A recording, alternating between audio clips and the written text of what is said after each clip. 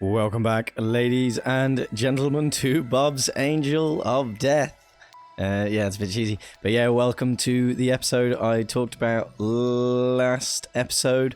Now we're doing it. We are going a full-on war. If last time was war, then this is just full-on slaughter. Yeah, the start of the episode is at 3 times speed, but the majority of it is at 4 times speed, because it was a total of about an hour and a half's worth of gameplay. But we start off sorting our inventory, getting space for ammo, weaponry, and the blood of our fallen enemies.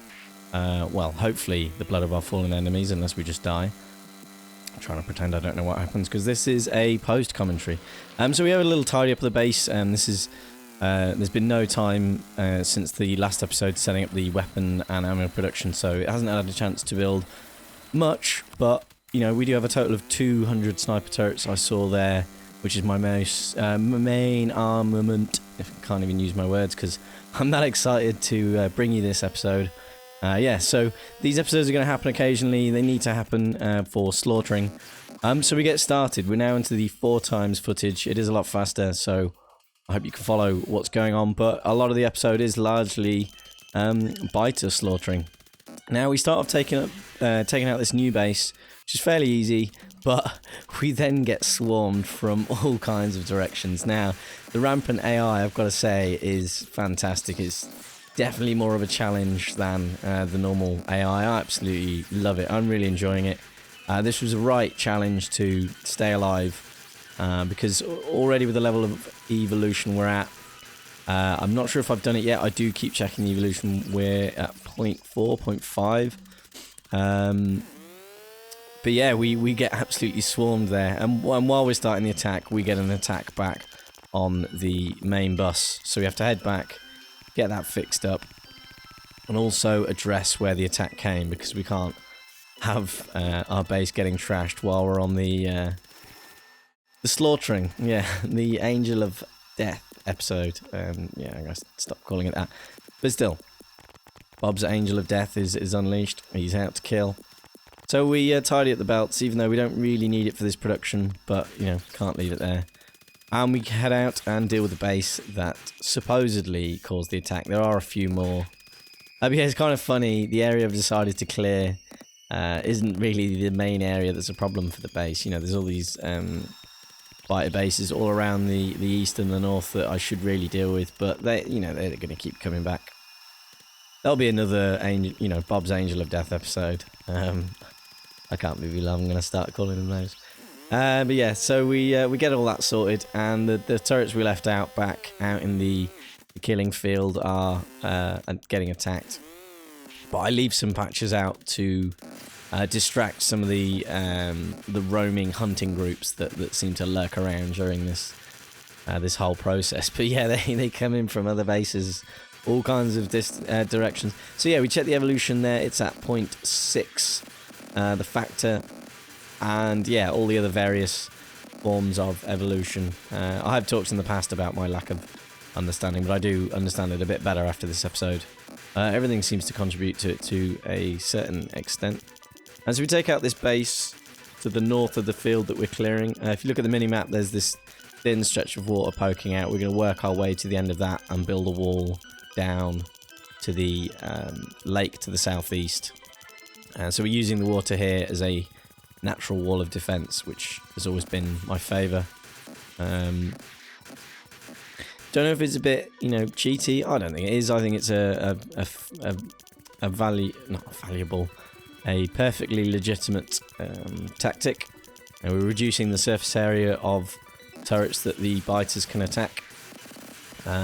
One thing I've noticed with the rampant AI, I don't know if this is a thing or me just imagining things, but biters in the vanilla, sort of when they get to these sizes on these death worlds, sort of have a problem sort of grouping together, but the rampant AI, they seem to move in huge hordes a lot better. A lot of them can stand together compressed and not struggle moving.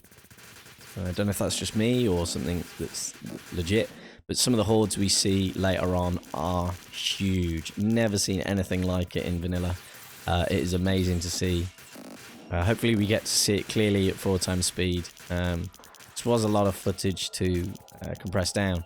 But yeah, it's just a basic method of pushing out with sniper turrets. I'm probably going a bit overboard with the turrets on each push, which does mean it takes longer, but I even stray slightly away from these turrets and they're going to kill me in just a few hits. Still on very basic armor. I believe I looked at the start at potentially making some better armor, but we just don't have the materials, and I'm not going to waste another episode getting on with this. So now the biters start to act a little bit weird. That first group, I think, they're trying to set up a base. You know, you don't get to see that very often, but it does happen. So we clear another base, and the swarms do carry on moving a bit, but like this group, they just stand there. They start acting very weird. I start to think maybe I've broken the biters functionality. We've broken their spirit that much.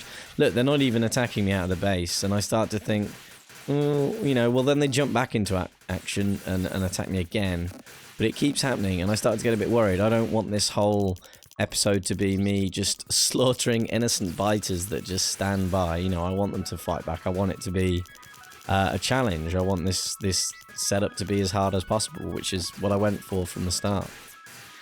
So I believe on this row they're extra placid. There's no groups hunting around for me. They've hardly attacked me out of the base, and I'm not sure where it is exactly. I did try and check through the footage. Oh no, this is where I put a crude line out because I need to head over to the east and stop any bases from pushing out. There's another group looking like they're forming another base, and I come over and push this base back so they don't try and sneak past me and spawn any more bases. But yeah, as I was just saying a minute ago, I do at some point, I'm not sure exactly when, reload the game because I think that I've the game's bugged out. It's broken because this is a mod, the Rampant AI. I don't know how tested it is. I only know it because of Arumba's playthrough, and I saw it and I immediately thought that's a genius mod. I like it, which is why I added it on this playthrough. So I believe this is the point where I reload the game. Is it? I don't know. It's at some point, but yeah, it'll be shown by the screen just fading to black for a few seconds, and then the loading screen coming back in because we don't want to see all the crap in between. Yeah, there we go. So we reload the game and they're still sort of semi-docile, like the biters in their base. They're just sat there, just taking it, just getting slaughtered. And I start to feel really harsh. You know, it's fun killing biters when they fight back, but when they're innocent women and children just standing by their homes, waiting for the I was gonna say the Sith Lord to come and slay them down in revenge for the death of his mother, but no, I'm not going to say that, even though I just did. But yeah, they come back to life, thank goodness, and they start swarming and trying to kill me, and they come back pretty hard in some cases. There's a swarm at the top left there, just forming, and they come down, and it's a pretty scary sight. Look at the size of that pack. But what isn't so scary is that they kind of crawl at you until half the group is killed. Then they run at you. If they'd have run at me from the start, they probably would have done some serious damage, but I'm just cowering behind my sniper turrets. So I leave a few there as we're starting to get to the point where I want to build the wall. So we start to push down as I want it to head straight south for a bit before we go diagonally south-east, east-south. That sounds a bit weird saying that. So yeah, we're using a sort of snaking technique where we push in gradually. The only problem is I keep running out of ammo. I've got only so much in my inventory, and every time I keep going back for ammo, I don't know why I feel the need to pick up more sniper turrets, even though I've got absolutely loads. I couldn't see the number there of the total as I was picking them up, but I think it's something like 300 or 400. Which is more than enough sniper turrets. We will use quite a few building the final wall, but I head back to get some wool in the car, crash a few times, clean out some more crap from my inventory and some relics of our slain enemies. And so yeah, I pick up even more turrets and a load of piercing ammo. Now this has completely depleted our iron reserves. We're solely now working on whatever's coming through from the Javolite production, which is being carried through on the train, and this is what this is for. This is so that we can max out the number of miners on our infinite volite patch and not worry about the pollution constantly bringing in biters. And here I feel like a bit like a cattle rancher on his horse, you know, driving around the herds and bringing them in. But yeah, it's quite funny. And then I wrap the car in a nice blanket of turrets because we don't want to lose what's in the car, even though it's just a load of stone, bricks and whatever. Now I need to push these bases back because if they're situated too close to the wall, the sniper turrets will keep aggravating them and they'll just continually attack until the turrets run out of ammo, and they'll just breach the wall through just non-stop onslaught. So I need to push a nice gap so that if the biters want to naturally expand closer to it, I believe their natural expansion distance isn't so close that happens, but I don't know, maybe it's different with rampant AI. And we start the first bit of placing of the permanent wall, and I place it in such a way that I can stick inserters in later on and a belt at the back that can feed ammo along the whole wall. And I'll probably set up a train that'll come in and occasionally deliver ammo to that belt. I don't know, I could have inserters just pass from one turret to the next and not have the belts. It's just if a couple of turrets get destroyed, the ammo is not going to get through, and the belt, you can have it a little bit further back with bobs on their maximum range set up so that the belt's really hard to destroy. So if a couple of turrets are taken out, the ammo will still get passed along. I don't know how much of a difference that's actually going to make, because belts get pretty destroyed pretty easily by biters.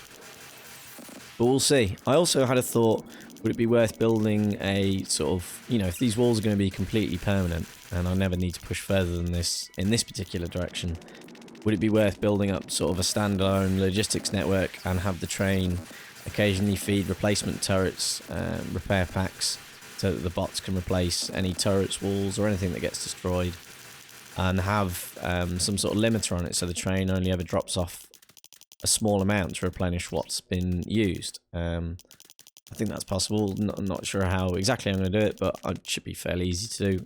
Done something similar before. But yeah, I don't know how much that's worth doing. It depends on how often everything needs replacing. If it's loads, then yeah, I think that'll totally be worth doing. If it's hardly going to be used and it's going to be an absurd waste of resources, then I probably won't bother. But if I do, that's going to be the theme with all the walls that will eventually surround the base. Yeah, these episodes will become a fairly regular thing until we've got some proper perimeters set up. And it's also going to need to happen when we finally decide to push up to the Sapphirite. So I have a bit of a problem placing out the diagonal walls. It's a bit weird. I want to get it right if this is going to be a permanent wall. I don't want to be looking at it thinking the whole time I want to rebuild it. But I kind of get it right, and we take a blueprint and use the nanobots to place it. And it's a bit long at the end. You can see the little bits poking out, and I manually clean that up and take a proper blueprint in a bit. I'm going to place some extra turrets because, yeah, these defenses aren't really enough to repel these continuous kind of attacks. But what I've learned with the rampant AI since starting this playthrough is if I'm not near the biter bases, if I'm miles away, they stop hunting and they stop coming out in these huge packs, and they only attack A, if they're nearby, or B, if they're getting pissed off by pollution. So hopefully this wall will be fine when I'm not nearby, and it's there just to repel any biter groups going out to set up new bases. And this lovely, soon-to-be big, empty fields of green and brown stuff. But yeah, we come down and we start clearing these bases because they've sent a couple of attacks to the main base, one of which has just run up on the minimap and has been taken care of by the crude defences. So we zip around again, placing and picking up turrets as we go, slaughtering biters. Now, I know this happens at some point, and I've not watched all the footage, so I'm trying to watch out for it. But at some point, the little buggers get my car, and it's somewhere around here, but I don't place it near turrets enough, and yeah, the little shits get it, and I lose whatever's in it. Don't know when it is. I think it may be around now. This is kind of familiar. But I'll keep my eye out, and if I see it, I shall mention it. But yeah, this is all at 4 times speed, so all the sounds are a bit faster again. The first few episodes were at 4 times, but yeah, it is pretty ridiculously fast. And I struggle to keep up with it. And if people can't see what's going on, then it's a bit pointless. But when we're just slaughtering biters, I think it's fine. Kind of fun. And yeah, they do send a couple of attacks up. And I shift it over. I don't think it's yet. This has already happened, and I've already learnt my lesson, and I've completely missed it. I don't know. Could have already happened. And this is happening so fast, I just haven't noticed me rebuild another car. I don't know. So we'll redo the blueprint so that little bit's not sticking out the bottom. But it's not. We're not ready to carry on building yet. There's still too many bases nearby. These need clearing out. The wall's never going to work with a base that close. But yeah, a lot of artifacts everywhere that's going to need cleaning up. I know it may have bothered a few people, and it's definitely bothered me. There's a lot of artifacts lying around near the edges of the base where we've been killing stuff, and I've just not bothered to clean them up yet because I'm not going to do it until these kind of defenses are done. Because I want to know that when I clear that area up, it's not going to get filled with artifacts again, because they are a bit tedious to run around and pick them all up. But just as tedious leaving them lying around, so don't worry. Once all this is done, all those ones southwest of the base will get cleaned up. And this is one of the largest fields that run at us. An absolute huge amount of biters come at us at that point. And we completely deplete those turrets there of ammunition during that process. And I'll try and get these cleaned up now. We've got the walls in place. But yeah, a lot of these bite attacks are just relentless. Just non-stop throwing themselves at the wall. As we keep running out of ammo and having to go back and pick some up. I believe this is a trip just to see what was going on with a turret up here that just got destroyed. And I think I make another push now before we get some more. But I think during this one, I realise I'm not doing so well for ammunition. But the longer I leave it in between pushes, the more they'll be produced back at the base. Due to that slow iron income. And this is a pretty big expense as far as resources are concerned. This is using up a hell of a lot of resources. I leave one line there to distract them, thinking it'll be okay, but it runs out of ammo, and they absolutely trash it. And save risking myself and putting out more turrets, I decide to back away to go and collect some more ammo. And I don't want to leave all these here to continuously just slay any biters coming out. Although I do leave a patch there by the looks of it. And that's exactly where the car gets destroyed. While we're doing that attack, a group snuck around. I think I could see it on the minimap. And trashed my car, destroying all the walls and stone in it. I believe that's all that's in there. And we catch the Javolite train back to clean out some of the relics of our slain enemies. And to pick up some engines to produce car number 2. This is our second car of the game. Hopefully this one won't get trashed, and I'll be a little bit more careful with it, because yeah, I was a bit annoyed. But oh well, we're going to lose cars. And I quickly just repair up any broken turrets I've got on me. Try not to pick them up before the nanobots can repair them. And yeah, just to make this whole process a bit quicker, because it took me like, I think, about an hour and 15 minutes of just pure slaying. The rest of it's the start, end, and going back and forth. But to make it all a bit quicker, I've been using the nanobots to repair, which is very handy. So yeah, we're now up to 0.72 of the evolution. I checked because I noticed I think it was a yellow biter, which is one of the Bob's biters, I believe. And yeah, we've clearly pushed the evolution to another level. And the turrets do start to struggle a little bit, although the sniper turrets are pretty amazing at their job, especially with piercing ammo. So yeah, we clean up these bases down here. We're getting close to the area where I want to place the wall. And by this point, this is getting very tedious. This is yeah, taken me ages. I've done a lot of these in my solo playthroughs, and I've cleared some pretty huge areas. So doing it now does get a bit tedious. And we go and pick off a few bases hiding in the trees. So I leave a few turrets down there just to stop any biters from trying to push up and sneak any bases through. Some of the areas I've done in the past with this method have been pretty huge, and you let one base through and walk off, and if there's no radars around, they can spread quite a few bases in quite a quick time. So I head along and just check the wall. Due to us being around here, the biters are still attacking quite a bit. If this becomes a serious problem, I might bring a large amount of ammo down and properly stock it up, because there are 10 magazines in each turret that I place, as long as I have enough ammo on me. But yeah, hopefully my theory about the rampant AI is correct, and they'll stop bothering this wall once I get back to the base. So we push this base back because it's too close for my liking, and while I'm moving back with these turrets, there are a couple of large groups that come and try and pick us off, but I'm taking no risks. They could kill me pretty quickly without my turrets.